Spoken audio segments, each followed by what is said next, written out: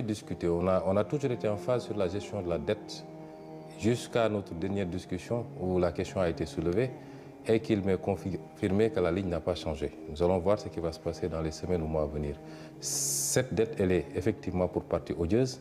Il faut du courage politique pour poser ce débat-là et j'espère que j'ai eu à me prononcer sur cela à plusieurs reprises à travers mes interventions en tant qu'homme politique. J'espère simplement que l'exécutif actuel prendra ses responsabilités pour aller dans ce sens et discuter pour effectivement l'annulation d'une partie de la dette.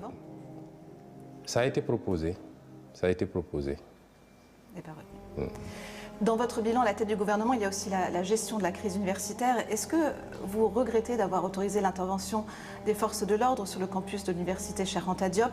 Un étudiant a été tué, personne n'a été tenu responsable. Est-ce que ce n'est pas une tâche sombre sur votre mandat? Non, que nenni.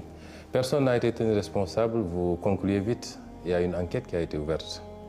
Et de manière très diligente, pour la première fois, ces situations se posent et les autorités prennent immédiatement la responsabilité de diligenter une enquête qui est aujourd'hui sur la table du procureur. Donc vous ne pouvez pas dire que personne n'a été tenu responsable. On n'en connaît pas encore les conclusions. On n'en connaît pas encore les conclusions. Il y a deux choses. Il y a le souci de maintenir l'ordre public et ça, à chaque fois que mes responsables te mettront devant, je prendrai toutes les dispositions et les méthodes ou les pratiques de certaines forces de défense et de sécurité que nous avions dénoncées nous-mêmes, notamment l'usage disproportionné de la force. Vous l'affirmez?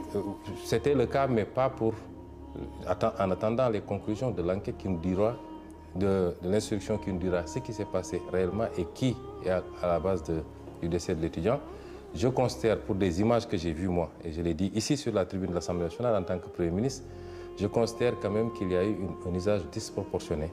Quand on prend des jeunes désarmés au milieu de forces de l'ordre et qu'on les bastonne publiquement, c'est un usage disproportionné de la force. Je vais en venir à la question de l'homosexualité. La loi a doublé les peines pour les relations homosexuelles. Ça a suscité de vives critiques aux Nations Unies, notamment en France. Il y a eu plus d'une centaine d'arrestations. On regarde les téléphones portables des gens. Pourquoi cette chasse aux homosexuels au Sénégal? Il n'y a pas de chasse aux homosexuels. Vraiment? Il y a une loi sénégalaise qui date de plus de 30 ans. Vous semblez vouloir faire croire que c'est une loi nouvelle. Non. C'est les peines qui ont été corsées. La loi est là depuis l'époque du président Léopold Sédar Senghor, avec les mêmes incriminations de la pratique de l'homosexualité. Donc la loi, elle n'est pas venue avec nous. Elle est là. Ces arrestations. Il y a eu des arrestations dans le passé, rappelez-vous. Dans le passé, il y a eu des arrestations et les arrestations ont démarré avant le vote du durcissement des peines pour l'homosexualité, rappelez-vous. Et c'est parti de deux choses. Le phénomène, la pratique de l'homosexualité associée à la transmission volontaire du VIH. La presse occidentale semble vouloir occulter ce deuxième aspect qui est extrêmement important, la transmission volontaire du VIH. Donc, le Sénégal est un pays souverain. Il n'a pas à se justifier des lois qu'il prend, ni devant l'Occident, ni devant personne. La France a pris des lois que le Comité des droits de l'homme des Nations Unies a considérées comme étant attentatoires aux droits humains, notamment sur le hijab, sur les mineurs. Vous ne nous avez pas entendu nous prononcer, ni notre presse. Nous attendons la même courtoisie, le même respect de la France et de l'Occident.